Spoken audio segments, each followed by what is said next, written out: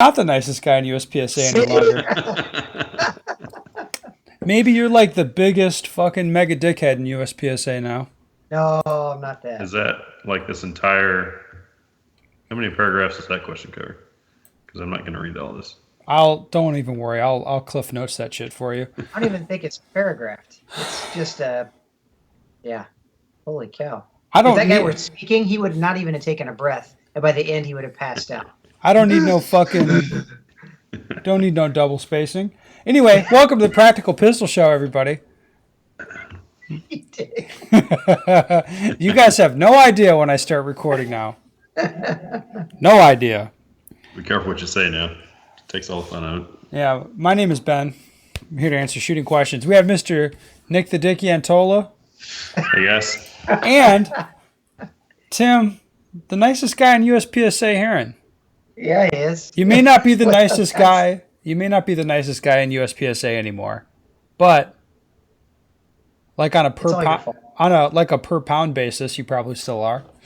Yeah, that's it. where your niceness comes by the pound. Okay. Hey Ben, this guy's sent us a question.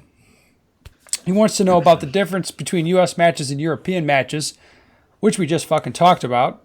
But he goes on. What about within the U.S.? Do different areas highlight different skills? Shoot on the move, tight shots, movers. Seems like the guys in Area 6 are very fast with transitions and close open targets. Is this a product of repetitive stage design depending on the region, or shooters pushing each other on specific skills? Thank you. We discussed this a little bit before the show, guys. What do you think, Tim? Could you boil it to a particular style in some area?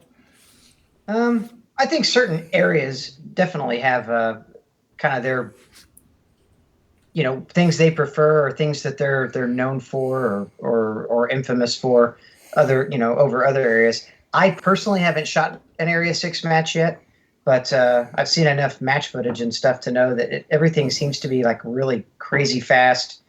A lot of like shooting on the move and a lot of up close, like super fast splits and poser fast type targets and stuff. I've shot to Area 5 a couple of times, and it tends to be. I guess it really more or less kind of depends on the match director, probably more than anything, because I've shot Area 6 under one match director that I like his types of stages and the way he sets up a match probably better than a lot of other people do. Who is this guy? Who do you like?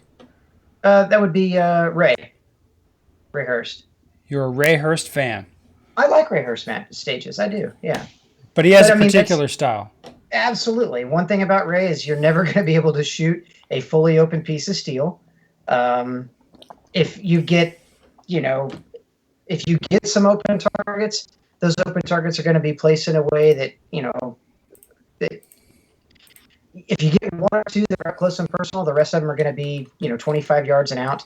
He likes to use a very liberal use of no shoots and hardcover and things like that. And if there's windows reports, you're going to have to go to that position, even if it's to engage one target. So yes, and you're going to have a lot of choices. In a Ray Hurst match, you have choices, but they don't really matter that much. Right. Yeah, I definitely agree with that. But it's like you go to Area 3 where, Sherwin Greenfield tends to be obviously the match director and has been for a number of years. Area 3 stages, you can guarantee there's going to be some, 40 to 50 yard shots. There's probably going to be a lot of open targets, and things are going to be deceivingly hosey, but probably not as hosey as you think they are. And lots of props, tons of freaking props. Okay, but you're talking about particular matches held at the same range, year on year, right? Like every year, the same match at the same place, right? Well, yeah, I mean, well, in those two instances, yes. All right. So this guy's asking about regional differences. I don't know. I've kind of stayed to the Midwest, so for me, I don't know. I kind of see I don't know. When I go up to Nebraska, I kind of see something a little different than what I see like here in Kansas City. Go down to Arkansas, it's a little different than what it is in Kansas City, but I don't know. I've only been to just a couple of different ranges in those places, so my diversity in shooting is a whole lot less than say yours. Well, that's because you're anti-diversity. Here, you guys in Missouri have a problem with that. Is that what it is? That's what I've heard. There's riots and shit occasionally. Anyway, Nick, what do you think? Yeah, so what I haven't noticed, I haven't shot in every area of the United States. I shot in several areas, but what I think it's more similar to like to break it down to really just the match director. So like you guys are saying it, like so at a specific club, you're likely to have the same match director there. So I'd say it's I think of it prior to aligned with like the type of club that's there. The club that's there is probably gonna have the same match director, and that match director is going to put on a certain style of match. So that's what I look for. I haven't really I can go to a certain club and I know that the match is going to be this style, and really it really, in my experience, does not vary from that, especially as long as you have the same match director there. So we've moved the Area 6 match around a little bit since I've been doing this, and we move it to one range and move it to another range, and the type of match it varies with which range it's at. So if I'm going to, that's how it works as far as I'm concerned. So I don't notice a regional difference in terms of like a difference when you move from one area to another. Just I think look at the match director, look at the kind of matches he's put on in the past, and that's going to be the kind of match that you're going to get. Right. So none of us think this is a regional difference. Right. Really. Yeah. I'm inclined to agree with that for the most part. I think even like the two ranges in Nebraska I'm thinking about, they hold matches of a similar style, but I mean independent of the match director or anything like that. I'm thinking of some ranges I've been to in other states that tend to have stuff of a similar style, but I agree. I agree with Nick that this really comes down to the match director and the range staff at the same range. Mm-hmm. Nick, you put it the best, man. You've never shot a different style match at the same range. No, yeah, I never have. Never. I've never seen. I'm trying to think of. I can say never is a strong statement, but I cannot think of a time where I've seen a different style of match put on by the same match director. Well, here's an interesting question. You go to Florida Open, and You've been to IPSC Nationals. Hey, did you go to like Open Nationals? No. Fuck. Well, anyway, would you say that the matches are similar flavor at Universal, even if they're entirely different rule sets? Every time that I've been there, it's been a very similar style of stages. Yes. They change them a little bit. IPSC versus USPSA is a little different. They go a little bit more, long course heavy, and USPSA matches they put up there just, because that's the rules. But the stages themselves are of the same flavor, even with a different rule set. Still very similar. Yeah. Yeah. Well, so that's this guy's answer. So it's going to depend more on the club. I think you could maybe argue for some regional differences, but not so much. Like I think the matches. I like his specific example, Area 6, the matches being faster. I don't think that's true, is it, Nick? The matches being like higher hit factor stages. That's not true, is it? No, I mean there's matches within Area 6 that are known for that, and they are that way every year. In terms of the Area 6 match itself, it just depends, it depends on which range gets it, of course. Yeah. Mm-hmm. Yep. But then you could go to what was the match this year? Tim, did you go shoot in Ohio? I did not shoot Ohio. Oh, the Rhine Rocks match? Jesus Christ, that looked fast. I don't know if it was Rhine Rocks, I think it's Michigan, but like the Ohio, the Buckeye Blast maybe? Oh, Buckeye Blast, yeah. I shot that match. Is that the one Angry Matt just posted the video of like every stage is like a 15 hit factor or something? That just happened. Yeah, well, it wasn't for him, but it was a 15 hit factor for Yeah, somebody. there were a couple of open guys that were like 18, 19, 20 hit factors on a couple of those stages. It was insane. Yeah. Yeah. It makes our host fest look like Florida Open or something. All right, guys. Tim, I got a gear question for you. It's your opportunity to be a complete fucking asshole. It is, huh? I found it interesting when you were discussing what ratio of A zone hits you expect at certain distances.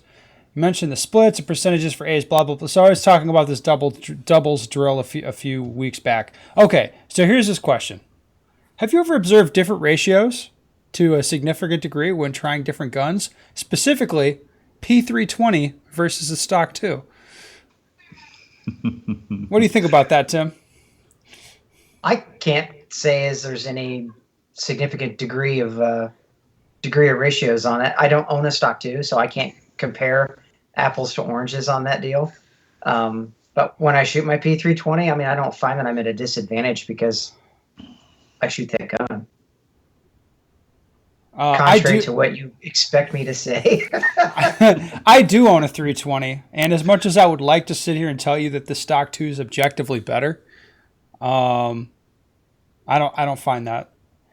Like, you just, like with the lighter plastic guns, you kind of like work harder, you grip it harder, and you can overcome that gun at longer ranges. And at closer ranges, it's easier because the gun's lighter and it's faster to swing it around at stuff. So that'd be my experience. So no excuses, motherfucker. Agreed. Nick, anything to add to that? No. You're not, and another thing, you're not going to find anybody who can answer this question with any kind of like statistical analysis because nobody spends that much time shooting guns back to back. They switch guns. If they're going to shoot a gun and they decide to switch, they're going to switch guns, and then their skill level, whatever, is going to change. So pick a gun and practice with it. And then sometime later, if you find a gun you think is objectively better for you, was it if the difference, if I have a H&K and I have a Glock, which one is better?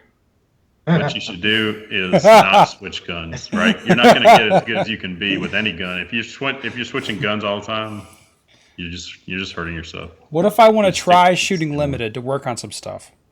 Just for like a month. Then shoot the most similar gun you can possibly get your hands on. Did you like that, Tim? Did you see what I did there? Well, yeah, I did. In fact, I like that. I actually knew that was coming. I was like, as I'm saying this last sentence, I know exactly. And I do like how what's Nick about to be said. I do like how Nick responded. Yeah. Guys, you know what I did today? I shot a Beretta. What? Not like deliberately, but my dad has one of my old competition guns. He's old as fuck now. He's like 72. And he wanted to go with me to the shooting range. I'm not being mean. I'm saying motherfucker's old. Like, what do you want? Like, that's just a factual statement. Anyway, so this old son of a bitch, silver-haired guy comes out there with me to the range. No, I just got to like twist it in there, Tim, just for you. So he has my old Beretta to shoot, and so he's like, Elite? yeah. So he's banging away with that, and I like picked it up and shot it a little bit. And this is one of my old competition guns. I hated it. I don't even know why I hated it. I just hated it. Because you haven't held it. I've done the same with an M&P. I picked up my M&P for some reason recently, and I was like, this feels horrible. Yeah. And it's a gun I shot a lot, so if you shot again, you get used to it again. Man, just what you're familiar with. I shoot SIG 1911s, and one time I picked up my Kimber 1911, and it felt exactly the same. Except it just didn't run quite as well. What's the difference? Is there a difference? 1911s. They're 1911s. That's exactly. Yeah, so I can go pick up my Tanfoglio Limited, and it feels the same, and that's because it is the same. It's got the same frame, slightly the same manufacturer, or it's longer top end. That's it. Yeah. Man, I'm not man enough to shoot major. Maybe someday. It's kind of fun, man. It's kind of fun once you get into it a little bit. Bigger bangs. Think of how fast you could go, Ben. when you didn't have to worry about everything being A's. There's a certain satisfaction. I mean, to be had with that you bigger could blast slip also. down just a little bit and still. I mean, God, I know. you could go 10 seconds faster. It's tempting. And- You know, on those stages where there's like, it's like a And fast still get stage 90% with a couple points. moving targets, and I look at it and I'm like, no matter what I do, like I can't guarantee A's on these moving targets, and I've got to go fast on this stage because it's like this speed shoot thing. Like on those stages when I just get to cut loose, it feels good. I'm with you. I like that. But when Yeah, you you get can a do it all Bravo the or a time. You Charlie, shoot some you low feel a event, little do it all the defeated time. sometimes. Those are You're like, you usually see stages like that in a match where the targets don't have Bravos, unfortunately. Yeah, yeah. So you're stuck with Charlie's. Does it hurt? Does it hurt a little inside? No, I'm saying it's on a I got stage two where Charlies, I just dropped 4 points No, on that bitch. no, Damn it's it. on a stage where the Charlies don't hurt inside because, like, Oh, okay. I'm like, yeah, nobody's getting alphas on those, so fuck it, cut loose. Get 2 Anyway. minutes and you limit it, man. Cut Yeah. loose is fun. Do it. Yeah, it is kind of fun. All right, so this guy sent this crazy email, because it's too complicated. You know, there's too much Did information. you hire an in English here. major to go through this and like break it down for us? No. What I did was hire a mentally handicapped person to look at it and try and figure out what it means. Oh, damn. What? Whoever wrote this, we're sorry in advance. No, I appreciate this guy giving me too much. Right? It's better than not enough. Where it's like, so I shoot and I'm too slow. What do I do? Right? That would be not enough information. This guy gave too much, which I can just This like guy not would give read so all much of it. information. If you were on the range and this guy was talking to you, I know you. You would literally, as he's talking, mid-sentence, you would just turn around and walk away. Yes, you would. Yes, you Well, hey, it's would. like a You Band-Aid. You just got to rip it off. And then if you have your hearing protection in, like I'm like double plugged at a match, like he wouldn't think anything of it. I'd be like, oh, I got to go over there now. And then just like walk away, like act interested in pasting like a lot, Sure. like right there or something, or like, oh yeah, my friend is shooting now or something. I don't know. Yeah, that's easy to get out of. Anyway. Okay, when he's doing 2 at 20 at 2 at 25, which is a drill where you draw the gun, you shoot 2 alphas at 25 yards. The par time, the goal I have set on this for Grandmasters is 2 seconds. Okay, which I think is pretty fair for 2. What do you think about that, Nick? That's pretty fair, right? Yes. In Should be- fact, should I can be- often press it below that and still have a really good chance of getting to it. Shut up, bragger. Yeah, no, I think 1.6 or 1.7 seconds is totally okay. Yeah. Shooting production. I have to take my time to use the 2 seconds. Yes, but then also the part of the goal is to get 2 alphas and then to see Yes. like how consistently you could do that. Okay, so Yeah, anyway, yeah. When you take the drill as a whole, the goal and the 2 seconds, I think it's still very, very challenging at 2 seconds. Yes. yes. Agreed. All right. So here's what he says about this drill. I catch myself pulling the trigger even though the dot's not in the middle of the target. Not sure what's up with that or how to stop doing it. It's like I see it's going to be bad and I pull through it anyways. When he does the dot drill, different drill, not going to explain the whole thing now, but basically you've got an equally fair, I would say that the time limit's equally fair and challenging. You shooting a little 2-inch dot at 7 yards. He says, as often as not, the first shot is a miss, and following shots are all on the bottom of the dot, and misses are almost always low. If I just slow fire it, so this is when he takes the time limit out of it, it's no problem to just shoot the middle out of the dot. But as soon as I speed up and I start pushing them down. The frustrating part is I'm not seeing it and only sometimes feeling it. It looks good, bang, and it's a miss. He's not racing the clock, but usually it's 4.5 or 4.7 seconds. The time limit is 5 seconds, so he's just under the time limit. So he wants to know how to cure the problem. I think there's 2 problems going on here, based on what he said. Tim, what do you think?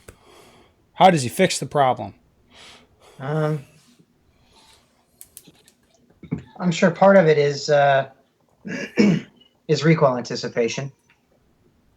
So he needs to sort that out. The other thing, of course. Tell me what is this recoil anticipation you speak of, sir? Well, that's where you're trying to make the gun go bang instead of just allowing the gun to go bang. So he's pushing down into the recoil in anticipation of the recoil happening. Correct. Well, that doesn't sound very So helpful. a lot of times it happens too, kind of Tim, you're cutting out. yourself. Could you go again with what you just said? Because your kids are downloading some porn or something, so. Oh, sorry. So it's cutting into your connection. I think it's I think part of it is also like he's too busy trying to race the start. So if I had to guess, just based on what this guy's talking about, I would bet he probably does a whole lot of like draw one-shot drills. Uh-huh. You know, like to try to see how fast he can draw the gun. Which is what's wrong with that? You know, I saw Bob Brush on Instagram. He's very impressive. But it's a little counterintuitive to trying to be accurate all the time as well, right? I don't know, I guess. So they say. Okay. So I see it as being something that he needs to, I mean, I know he's talking about like, well, when I put the timer down, I have no problem doing it. But as soon as he picks the timer back up, he gets in this I'm in a hurry situation where he's trying to smoke the draw to hurry up and get the first shot off. But a lot of it for me is maybe he's not quite established a good enough support hand grip so that he can start kind of getting really aggressive on the trigger. I like this, Tim. We're on the same page. You're thinking the same two things I am, I think. Okay. Nick, are you on board with us? I've been rereading the question more so than listening to you guys talk. I'm sorry. Don't apologize. It's okay. Did he say if he's shooting production or not? Is he shooting a double action trigger? He did not say. He did not say. But that's an interesting observation. Yeah, I don't know. So he didn't say if his 2 at 25 drill is suffering like what he thinks is a first shot dropping it in like low, but he's saying at least on the dot drill he's shooting the first shot low every time. He said that, right? I think actually now that I'm thinking about it, I think he says something about seeing the dot in the right place on the 2 at 25. I thought I read that somewhere, but I don't see it now. This as often as not the first shot is a miss. And I catch myself pulling the trigger even though the dot's not in the middle of the target. So I'm guessing he's shooting open. Or maybe carry optics. Oh, yeah. I was interpreting that as a fiber optic dot. So it could be that. Could be. Just my production bias there, possibly.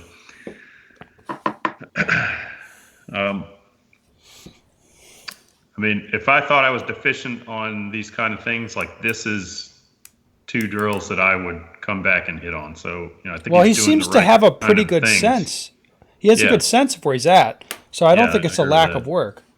It sounds to me like he's identifying what the problems are. He's doing the kind of drills that are going to, improve that if he can, keep working at it. So, I think he's on the right track. Fuck you. No more round count. What's he supposed to do? Action plan.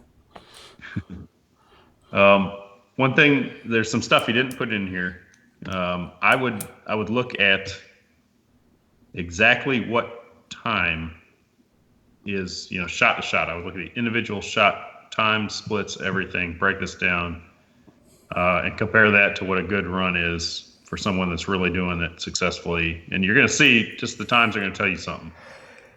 Okay, and then you're going to know, can I make this shot in this time or not? And is it the draw? Is it the splits? Whatever it is, break it down further, determine exactly where you're deficient, and kind of keep an eye on that moving forward. That's probably the first thing I would do.